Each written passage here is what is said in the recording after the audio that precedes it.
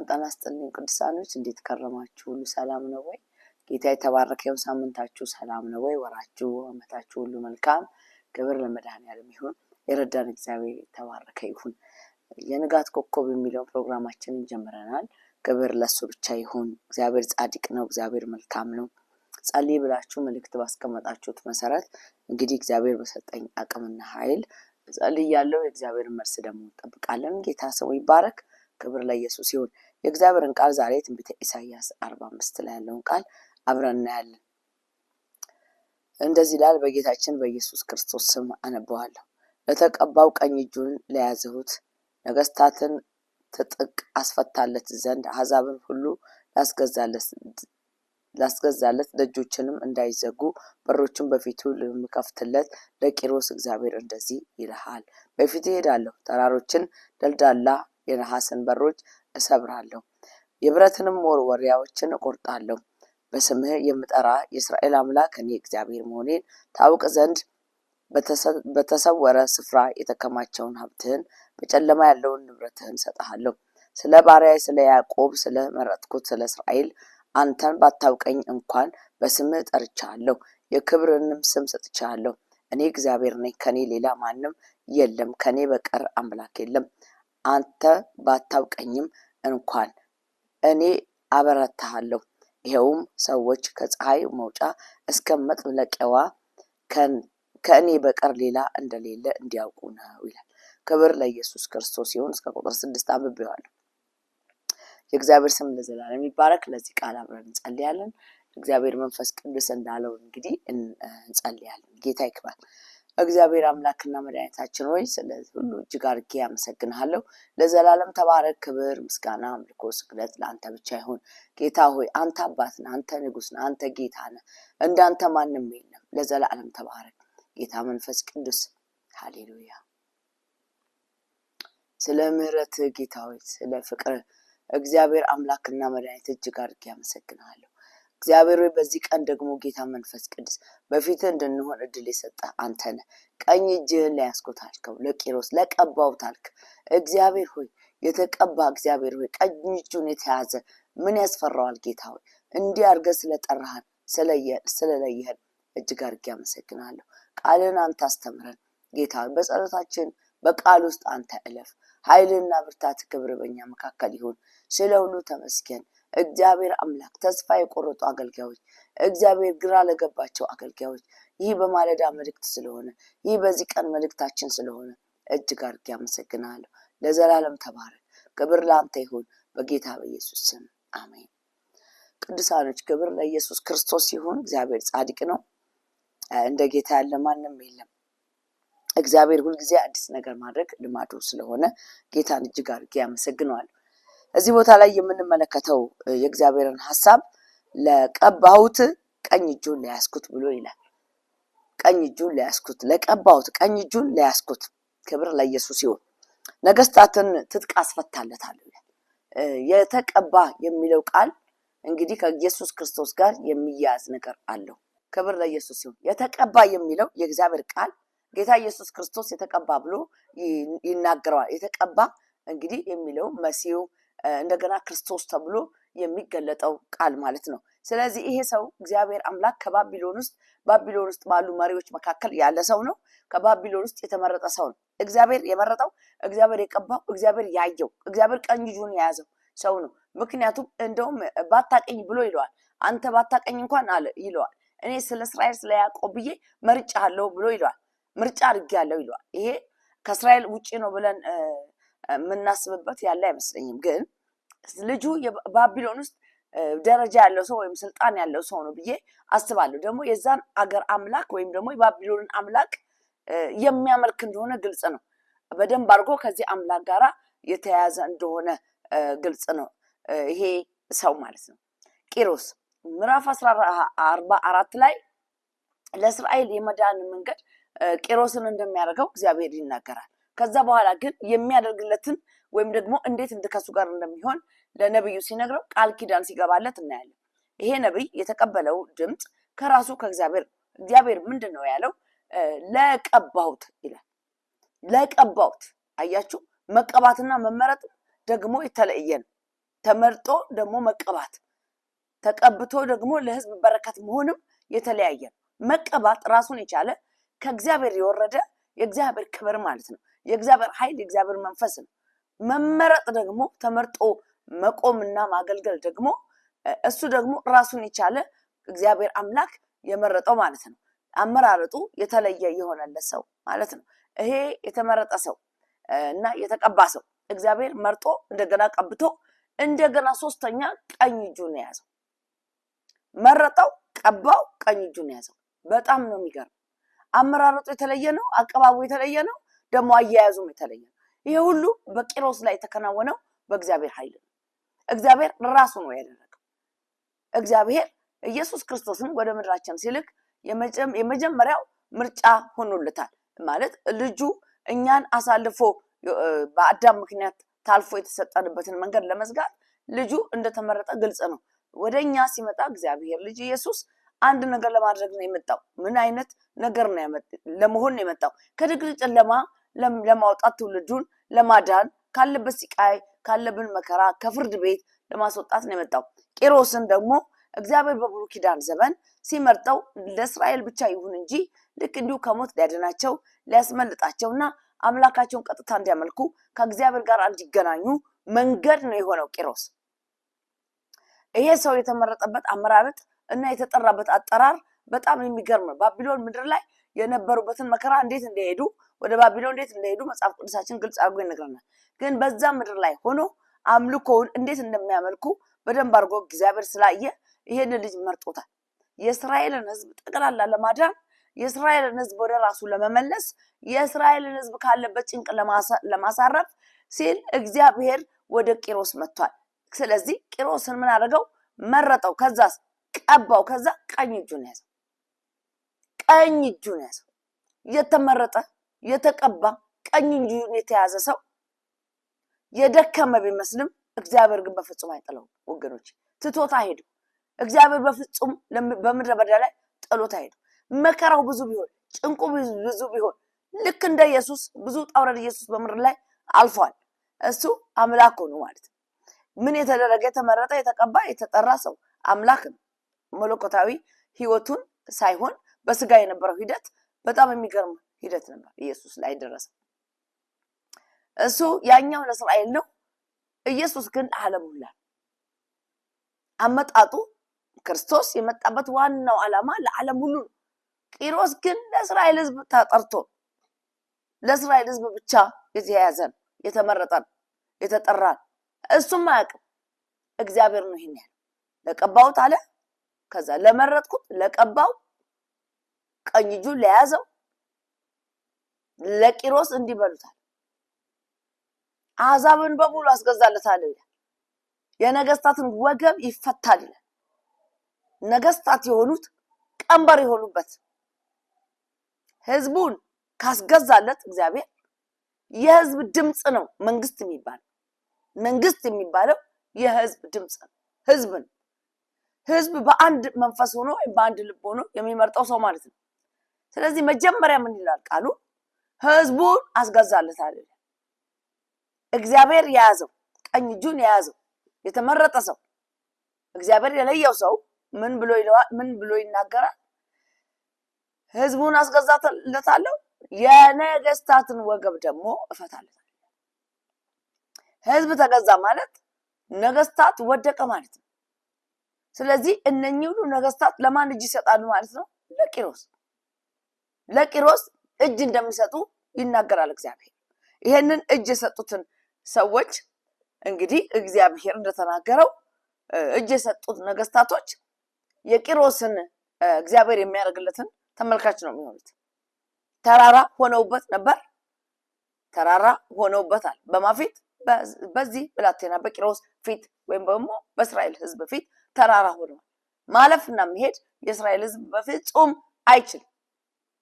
የራሱን እቅድ ማድረግ አይችልም። በራሱ አጀንዳ መሄድ አይችልም። የራሱን አምላክ ማምለክ አይችልም። በብዙ ተጨቁኖ ነው ያለው እስራኤል። ይሄንን ነገር ስናስበው የሚያስገርም ነገር ነው። እግዚአብሔር መጥቶ ቀብቶ እንደገና ለይቶ እንደገና ቀኝ እጅ ይዞ ተነስውጣ። ከዛስ አሕዛብን አስገዛላለሁ፣ ነገስታት ደግሞ ወገቡን ይፈታል። ከዛ በኋላ የተዘጋ በር አለ፣ እሱም በር እከፍታለሁ ይለዋል። የተዘጋውን በር እከፍታለሁ። ጌታ ለዘላለም የተባረከ ይሁን። የተዘጋን በር እከፍታለሁ፣ ደጆች እንዳይዘጉብህ ይሆናል፣ በሮቹን በፊት እከፍታለሁ ይለዋል ለቂሮስ። ተራራውን ደልዳላ ሜዳ አደርጋለሁ፣ በፊት ተራራ የሆነውን ደልዳላ ሜዳ አደርጋለሁ ይለዋል። ከዚህ የተዘጋ በር እንዳይኖር ከፍታዋለሁ አለ። ማንም ሊዘጋባ አይችልም። አንተ መሄድ ትችላለህ። ምክንያቱም የያዘው ንጉሱ ነው። የያዘው ቀኝ እጁን የያዘው የዚህ ዓለም ገዢ የያዘውን ነገር የሚያስለቅቅ የጌታ መንፈስ የጌታ ክብር ነው። ደግሞ ደስ የሚል ተራራውን ደልዳላ ሜዳ አደርገዋለሁ አለ። በፊት ላይ ያለውን ተራራ፣ በፊት ላይ የተቀመጠውን ተራራ፣ ያስጨነቀን ተራራ ይሄን ደልዳላ ሜዳ አደርጋለሁ። ስለዚህ ከዚህ በኋላ የብረት መወርወሪያ አለ፣ እሱን እቆርጠዋለሁ አለ። የሚቀጥለው የነሐስን መወርወሪያ አለ፣ እሱም ይቆረጣል አለ። እዚህ የእስራኤል ሕዝብ ላይ የመጀመሪያው የሆነባቸው በር ነው የተዘጋባቸው። ቀጥሎ ተራራ የሆነባቸው ነገር አለ። አልፈው መሄድ የማይችሉት የባቢሎን ነገስታቶች፣ በዙሪያው ያሉ መሪዎች፣ በዙሪያው ያለው ሕዝብ እስራኤልን መካከል ከቶ ቁጭ አርጓቸው ነበር። በዛ ዘመን በዛ ጊዜ እነ አስቴር የነበሩበት በዛ ምድር ላይ እነ አስቴር እንደገና ደግሞ እግዚአብሔርን ያስከበሩበት ቦታ ነው ያ ቦታ። አስቴር እና መርዶክዮስ የነበሩት እዛ ቦታ ላይ አርጤክስስ የሚባሉት እነዚህ ሁሉ ነገስታቶች፣ መሪዎች፣ ሴቶችም ወንዶችም የሚኖሩባት ምድር ነው ያ ምድር የባቢሎን ምድር ማለት ነው። ስለዚህ በዛ ምድር ውስጥ እንግዲህ ብዙ እስራኤላውያኖች ወደዛ ፈልሰው ስለሄዱ የእስራኤል ህዝብ ተጨቁኖና ተይዞ የነበረበት ቦታ ነው። ስለዚህ ነው እግዚአብሔር የግዴታ መቼስ በባቢሎን ምድር ያሉ ጠቅላላ ብዙዎች ባይሆኑም የተወሰኑት የባቢሎን አምላክ እያመለኩ ይኖሩ እንደነበር ግልጽ ነው። ከዛ መካከል ነው እንግዲህ አንድ ነገር የተፈጠረው ማለት ነው። እግዚአብሔር መጥቶ ይሄን ልጅ ሲለየውና ሲያወጣው ለአንድ ስራ ነው። ተራራ የሆኑባቸው ሰዎች አሉ። ተራራ የሆነባቸው ጉዳይ አለ። ተራራ የሆነ ጥያቄ አለ። ተራራ የሆነ ሐሳብ አለ። እግዚአብሔር ግን መጥቶ ይሄን ሁሉ ተራራ ደልዳላ ሜዳ ይሆናል። ከፊት እወጣለሁ፣ ደልዳላ ሜዳ ደግሞ አደርገዋለሁ ብሎ ይነግረዋል። እግዚአብሔር ታማኝ ነው። እግዚአብሔር ጻድቅ ነው። እግዚአብሔር አባት ነው። የተናገረውን ነገር ማድረግ ይችላል ወገኖች። ስለዚህ ነው ከፊት ወጣለሁኝ ብሎ የነገረው። ምክንያቱም እሱ በራሱ አቅም አይችላቸውም። ህዝቡን ማስገዛት አይችልም። ነገስታቶችን ወገብ መፍታት አይችልም። በሩ እንዳይዘጋ መከላከል አይችልም። ተራራውን ደልዳላ ሜዳ ማድረግ አይችልም። የነሐሱን በር መቁረጥ አይችልም። የብረቱ መወርወሪያ መቁረጥ አይችልም። ግን እግዚአብሔር ምን አለው? ይዤሃለሁ ቀኝ እጄን፣ እነዚህም በመደዳ ራሴ አደርጋለሁ። አንተ አትታገለው ማለት የቱ ተራራ በእግዚአብሔር ፊት ይቆማል ወገኖች? የቱ በር ነው በእግዚአብሔር ፊት የሚቆም? ለምሳሌ እነ ጴጥሮስን በእስር ቤት እያለ ጴጥሮስ የነበረውን እነ ስላስን ስንመለከት በር መች ተዘጋባቸው? እግዚአብሔር ከጴጥሮስ ጋር ስለነበር የእግዚአብሔር ኃይል የእግዚአብሔር መንፈስ ወደ ጴጥሮስ ስለመጣ የሆነው በሮቹ በራሳቸው ሰዓት ምን ይሆኑ ነበር? ይከፈቱ ነበር። ሰንሰለትና ደግሞ ከግርና ከእጅ ሰንሰለቶች የረገፉት ማንም አስገድዷቸው ሳይሆን የእግዚአብሔር ኃይል ሲመጣ የእግዚአብሔር ክብር ሲመጣ በራሳቸው ከእግሩ ላይ ከእጁ ላይ ወድቀዋል ወገኖች። እግዚአብሔር ከኛ ጋር ከሆነ፣ እግዚአብሔር ቀኝ እጃችንን ከያዘ፣ እግዚአብሔር የለየን የጠራን አገልጋዮች ከሆንን፣ የእግዚአብሔር ጸጋ በእኛ ላይ የተሞላ ከሆነ ምንም አይነት ነገር በመንገዳችን ላይ ሊቆም አይችልም። ሊያንገዳግደን ሊታገለን ይችል ይሆናል፣ ግን ሊያሸንፈን በፍጹም አይችልም ወገኖች። ሳይነካን ያልፋል ማለት አይደለም። ሊነካን ይችላል፣ ሊያስጨንቀን ይችላል፣ ተራራ ሊሆንብን ይችላል። አገልግሎታችን ላይ ብዙ እንቅፋቶች ሊመጡ ይችላሉ፣ ብዙ ውጣ ውረድ ሊመጣብን ይችላል። ግን እግዚአብሔር ከኛ ጋር ስላለ፣ ቀኝ እጃችንን ስለያዘ፣ በአብ ቀኝ እንድንቀመጥ እድል ስለሰጠ፣ አንድ የሚወደውን ልጅ የተቀባውን መሲሁን የላከልን ክርስቶስን የላከልን አብ እሱ ከኛ ጋር ስላለ፣ አብሮን እግዚአብሔር አብ እግዚአብሔር ወልድ እግዚአብሔር መንፈስ ቅዱስ ከኛ ጋር ስላለ ተራራውን ደልዳላ ሜዳ ያደርጋል። እውነት እላችኋለሁ ቅዱሳን፣ ተራራ የሆነባችሁ ነገር፣ ያስጨነቃችሁ ነገር ወይም ደግሞ የተዘጋ በር እግዚአብሔር ከዚህ በኋላ አይዘጋም ብሏል። ተራራውን ደግሞ ሜዳ አደርገዋለሁ ብሏል። በራችሁ በፍጹም አይዘጋም። ነገስታት ወገባቸው ይፈታል። ምክንያቱም እግዚአብሔር ስለመጣ፣ ጌታ ስለመጣ ህዝቡን አሳልፎ እግዚአብሔር ይሰጠናል። የዚህ ዓለም ገዢ ወገቡ ይፈታል ወገኖች። ነገስታት፣ ስልጣናት፣ ጭፍሮች ናቸው ያሉት በዚህ ዓለም ላይ። ከሰው ልጆች ጋር የሚጋፉ በሰው ልጆች የሚቀና የዚህ ዓለም ገዢ ነው። ነገስታት የሆነብን፣ ገዢ የሆነብን፣ ኃያላን የሆነብን፣ ጭፍራ የሆነብን የዚህ ዓለም ገዢ ነው።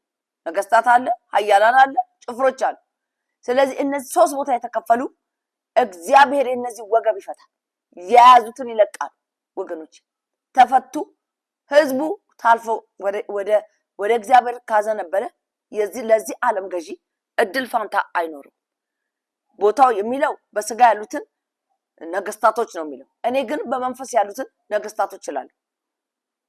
አሁን በዚህ ዘመን ላይ በመንፈስ ያሉ ነገስታቶች የእግዚአብሔርን ነገር ይዘን እንዳንሄድ የሚያደርጉ፣ የእግዚአብሔር ክብር በእኛ ላይ እንዳይገለጥ የሚያደርጉ፣ ህዝቡ ወደ እግዚአብሔር እውነት እንዳይመጣ የሚከለክሉ፣ በራሳቸው መንገድ ህዝቡን አንቀው ያዙ። ልክ እንደ ባቢሎን መንግስት ነገስታቶች በራሳቸው መንገድ መርተው እስራኤልን ከእግዚአብሔር ክብር እንዲወጣ ያደረጉ እነዛ ነገስታቶች በዚህ ዘመን ደግሞ በመንፈሳዊ ዓለም ገዢና ነገስታት፣ ኃያላን፣ ጭፍራ ሆነው እየተጠቀሙ ቅዱሳኖችን ግራ አጋብተው ይዘው በዚህ እያወዛወዙ አመታቶችን አስቆጥረዋል። ወገኖች እግዚአብሔር የቀባቸውን፣ እግዚአብሔር ቀኝ እጃቸውን የያዘውን፣ እግዚአብሔር የጸጋ ሙላት የሰጣቸውን እነዚህን አገልጋዮች ወደ እነዚህ አገልጋዮች መፍለስ ወይም ደግሞ መውጣት ከነዛ አገልጋዮች ጋር አብሮ መራመድ ያቃተው ብዙ ህዝብ አለ። አሁን እግዚአብሔር ይመስገን እውነትን ፍለጋ ብዙዎች እየጫሩ ስለሆነ መጫር ስለተጀመረ እውነትን ለመፈለግ መጫር ሰው ስለጀመረ በጣም ጥሩ ነው። መጫር ነው መልካም። ጭሮ ወደ እውነት መመለስ መልካም። ለዚህ እግዚአብሔር ለቀባው፣ ቀኝ እጁን ለያዘው፣ እግዚአብሔር ለመረጠው፣ እግዚአብሔር ለለየው ሰው የዚህን ዓለም ገዢ ወገቡን አስፈታለሁ ብሏል። እግዚአብሔር የዚህ ዓለም ገዢ ወገቡ ከተፈታ ህዝቡን አሳልፎ እግዚአብሔር ይሰጣል። ህዝቡን የያዘው የዚህ ዓለም ገዢ ነው። ምክንያቱም ሰው ችግር አለበት፣ ይታመማል፣ ችግር አለበት፣ ብር ይፈልጋል፣ በጉስቁልና መጥቶታል። የዚህ ዓለም ገዢ እንዳይኖረን አድርጓል።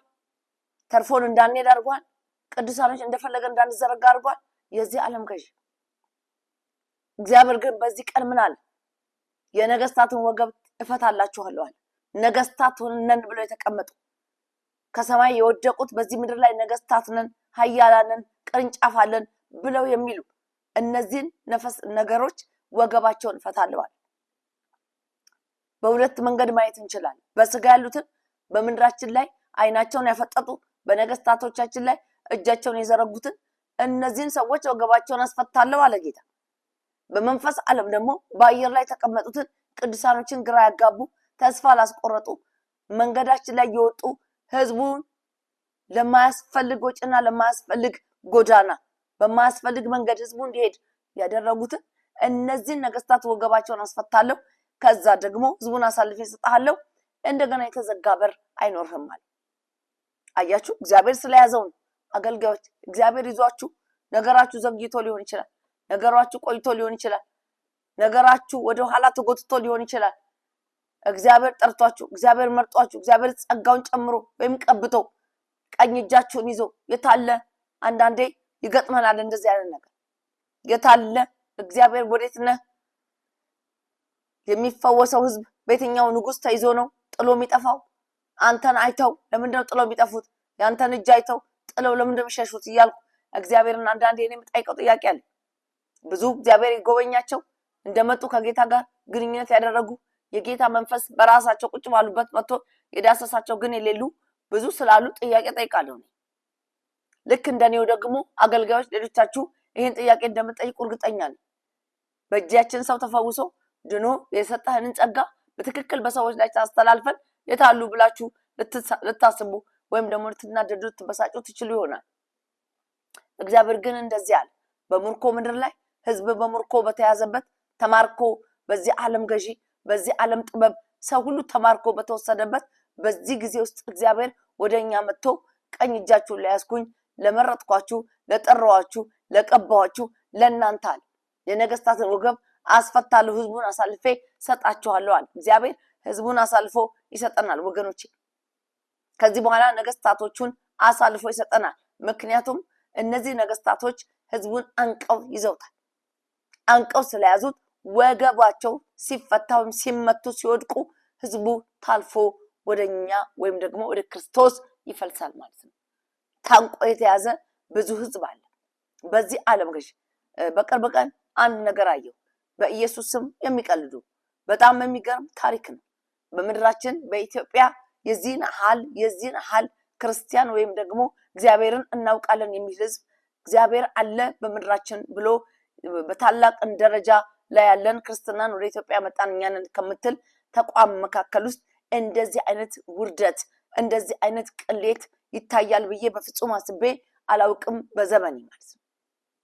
በኢየሱስ ክርስቶስ ስም ላይ የሚቀልዱ አትምታኝ እያሉ የሚቀልዱ ኢየሱስ ነኝ እንደዚህ ነኝ 40 ምናምን ነኝ እንደዚህ ነኝ እያሉ አገልጋዩ ካህናቸውና አንድ ወጣት መርጠው እንደዚህ አይነት ጫዋታ እንደዚህ አይነት ቀልድ በክርስቶስ ኢየሱስ በክርስቶስ ደም ላይ የሚሳለቁ ሰዎች ይፈጠራሉ ብዬ በፍጹም አስቤ አላውቅም ወገኖቼ። በዚህ ዘመን በጣም የሚገርምና የሚያስፈራ ዘመን ያለ ይመስለኛል። ለዚህም ይመስለኛል በተለያየ ቦታ የዚህ ዓለም ገዢ ሙሉ ስልጣኑ እየተጠቀመ ያለው ለዚህ ይመስለኛል። የሚመሩ አባቶች በእግዚአብሔር ፍቅርና በእግዚአብሔር ትህትና እጠይቃቸዋለሁ። የምትሰሙኝ እንደው ብታስተላልፉት ደስ ይለኛል። እንዴት በድንግል ማርያም ልጅ ላይ ይሄን ያህል መሳለቅ ለምንና እንዴት አስፈለገ? ለምን እንደዚህ አይነት ቀልድ አስፈለገ? የሱን ቁጣና የሱን እሳት መቋቋም ትችላላችሁ ወይ? የዚህን ሐል ርቃችሁ የሄዳችሁበት የዚህን ሐል ህዝበ ክርስቲያኑን ጥላቻ ህዝበ ክርስቲያን የክርስቶስን ተከታይ ጥላቻ ለመግለጽ ያህል የተጠቀማችሁበት መንገድ ሰማይና ምድር ዘረጋ ሰማይ መቀመጫው ምድር የእግሩ መረገጫ የሆነውን ይሄን የናዝሬቱ ኢየሱስን ስለኛ ከሰማይ ሰማያት የወረደውን በድንግል ማርያም ውስጥ ያደረውን የተቀባ መሲሁን ክርስቶስ የተባለውን ኢየሱስን የዚህን ሐል ለማዋረድ የተነሳችሁበት መንገድ በጣም የሚገርም ነው። ከትልቅ ተቋም በኢትዮጵያ ምድር ትልቅ ተብሎ ከሚታሰቡ ተቋም መካከል ውስጥ ብዙ ሰዎች ድንግል ማርያምን የሚያከብሩባትን ቤተክርስቲያን ውስጥ የሚከበረውን ኢየሱስን የዚህን ሐል ማቃለል የዚህን ሐል መክፋትና የዚህን ሐል ማዋረድ ለምን እንደፈለጋችሁ ባይገባኝም ግን እግዚአብሔር ለእናንተ ምህረት ያርግ ብዬ እግዚአብሔርን እለምነዋለሁ። በእናንተ ምክንያት ምድራችን ላይ ብዙ መከራና ብዙ ሲቃይ እንዳይመጣ። ኢየሱስ ክርስቶስ የአንድ ሰው አምላክ አይደለም የዓለም ሁሉ አምላክ እንጂ ያመነውም ያላመነውም ሁሉም ህዝብ ከዚህ ምድር በተነጠለና በሄደ ጊዜ እዚህ የጠላችሁት ክርስቶስ ፊት መቆም አይቀርም ወገኖች። የጠላችሁት ኢየሱስ ጋር ሄዳችሁ ትቆማላችሁ። በዚህ ዓለም ላይ ሁለት ኢየሱስ የለም። አንድ ኢየሱስ ክርስቶስ መሲሁ የተቀባው ወደኛ የመጣው ክርስቶስ ወይም ደግሞ ረቢኒ ብለን የምንጠራው ኢየሱስ ነው። ይሄንን አምላክ በዚህ አምላክ የዚህን ሐል መሳለቅ የዚህን ሐል መቀለድ የዚህን ሐል ማሾፍ ለምን እንዳስፈለገ በእውነት ባይገባኝም ግን እናንተ የክርስቶስ ተከታዮች ነን የምትሉ ድንግል ማርያምን በፍቅር እንወዳለን ብላችሁ በክርክራችሁ መካከል ጣል እያደረጋችሁ የምትከራከሩ ሰዎች የዚህን ሐል ኢየሱስን ለማቃለልና ለማውረድ መነሳታችሁ በጣም ያስደንቃል። ከሌላ ቢሆን የምንሰማው አያስደንቅም፣ ግን ከናንተ ስለሰማነው በጣም ያስገርማል። እግዚአብሔር ለእናንተ ምህረት ያድርግ ለገልጋዮቻችሁ እና እንደዚህ አይነት ደግሞ ጫውታውንና ትርኢቱን ለምትሰሩ ሰዎች ለእናንተ እግዚአብሔር ምህረት ያርግላችሁ። እግዚአብሔር ይቅር ይበላችሁ። በእናንተ ምክንያት ምድራችን ላይ እሳት እንዳይነድ እንፈራለን። እናንተ የምታደርጓቸው ነገሮች አንዳንድ ጊዜ የሚያሳፍሩ ግን ለእናንተ ቆንጆ የሚመስሉ መጽሐፍ ቅዱስ ሲናገር ክብራቸው ውርደታቸው ክብራቸው ነው ይላል። ስለዚህ ውርደታችሁ ክብር የሚሆንላችሁ ሰዎች ሁሉንም ሰው ባላጠቃልል እንደዚህ አይነት ሰዎች የምትሰሩ ሰዎች ውርደታችሁ ክብር አድርጋችሁ ያሰባችሁ ሰዎች እንደው ከስራችሁ ብትመለሱ ሌሎችንም ባታሳዝኑ በእናንተው ሃይማኖት ውስጥ ያሉትንም ባታበሳጯቸው መልካም ነው ብዬ እመክራለሁ። እግዚአብሔር ይቅር ይበላችሁ። ለተቀባውት ብሎ ከዛ በኋላ ለተዘጋውን በር ከፍታለሁ የናሱን ደጅ ቆርጣለሁ አለ። የብረቱን መወርወሪያ እሰብራለሁ ይልና ስለ እስራኤል ስል አንተ ባታቀኝ እንኳን ስለ እስራኤል ስለ ያዕቆብ ስል ስምህን ቀይሬያለሁ በቁልምጫ ስም ጠርቻለሁ ይለዋል። ስለዚህ እግዚአብሔር ስሙ ለዘላለም ብሩክ ይሁን። የጠራን የመረጠን በስምህ የመረጥኩ የእስራኤል አምላክ እኔ እግዚአብሔር መሆኔን ታውቅ ዘንድ በተሰወረ ስፍራ የተከማቸውን ሀብትህን በጨለማ ያለውን ንብረትህን እሰጥሃለሁ ብሎ ይላል። በጨለማ የተቀመጠ የተሰወረ የተከደነውን ሀብት እሰጥሃለሁ። አዎ የባቢሎን ነገስታቶች የእስራኤልን ህዝብ በረከት ከእስራኤል ምድር ላይ እንዴት አድርገው እንደወሰዱት ግልጽ ነው መጽሐፍ ቅዱሳችን ስለሚናገር። ያ ተሰውሮ ይሄኛው ጄኔሬሽን ስለማያውቀው ተሰውሮ የተቀመጠ ተከርኖ የተቀመጠ ትልቅ የሆነ አገር መሪ የሆነ በረከት አላቸው። ያ በረከት የተደበቀበት የተሰወረበት በጨለማ የተቀመጠበትን ቦታ አውጥቼ እሰጥሃለሁ አለው። 15 ዓመት ዕድሜ የተጨመረለት ንጉስ የእስራኤል ንጉስ 15 ዓመት ዕድሜ የተጨመረለት ንጉስ ባቢሎን ንጉስ መጥቶ ሊጎበኝ ሊጠይቀው በመጣ ጊዜ እንዳለ አስፈትሾ ነው ከዛ በኋላ ተዘርፎ እንግዲህ ወደ ባቢሎን የመጣው። ታሪኩ ይሄንን ነው የሚናገረው። ይሄን ጨለማ ውስጥ አስቀምጠውታል። አዎ ደብቀውታል። የእስራኤል ሀብት ነው፣ የእስራኤል ህዝብ ነው፣ የእስራኤል ነገር ነው። ስለዚህ እነዚህን ሁሉ እሰጥሃለሁ ይለዋል። መርሆሪያ ሁሉ የሚሰበረው በጨለማ የተቀመጠውን የእስራኤልን ሀብት ንብረት እግዚአብሔር አሳልፎ ለቂሮስ ሊሰጠው ስለነበረ ነው።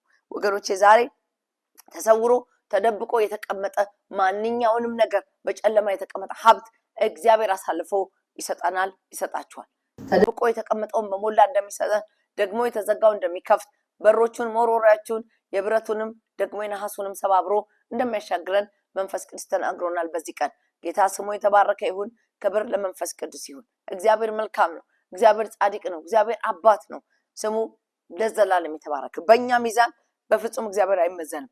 በእኛ ሚዛን ልንመዝነው አይደለም፣ አጠገቡ መቆም አንችልም። የሱ ፍቅር የሱ ሐሳብ የሱ አጀንዳ ስላለብን የሱ ዕቅድ በእኛ ላይ ስላለ በጸጋው ስለሞላን አፋችንን ከፍተን ስለ እግዚአብሔር እንድንናገር እድል ስለሰጠን እንጂ እግዚአብሔር ፊት የሚቆም ማንም ሰው የለም ወገኖች።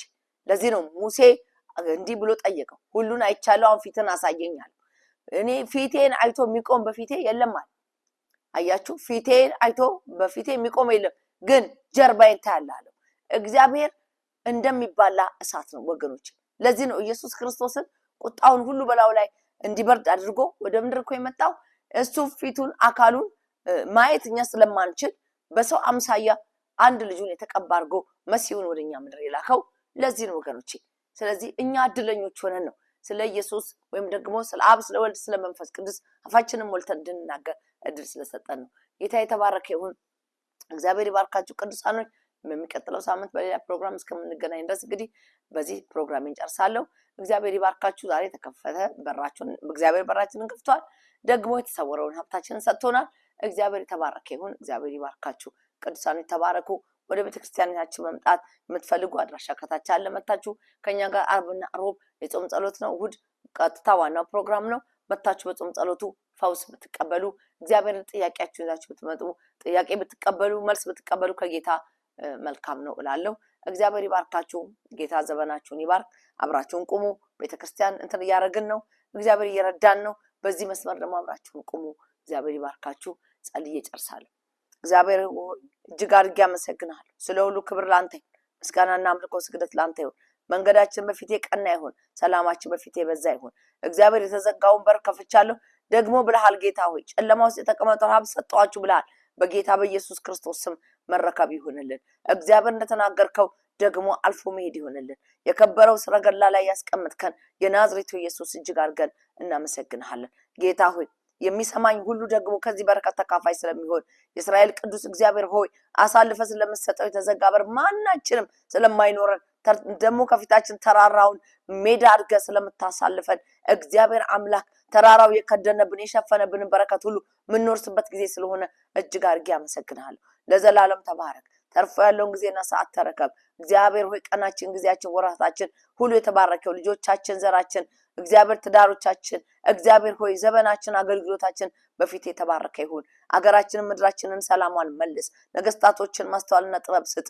በዚህ ምርጫ እጆችህ ይለፉ፣ ክብር ይለፍ። እግዚአብሔር ስለምታደርገው ድንቅ ነገር እናመሰግናለን። ስለሁሉ ተባረክ። ክብር ላንተ ይሁን በጌታችን በኢየሱስ ስም አሜን። ቅዱሳኖች እግዚአብሔር ይባርካችሁ። መልካም ሳምንት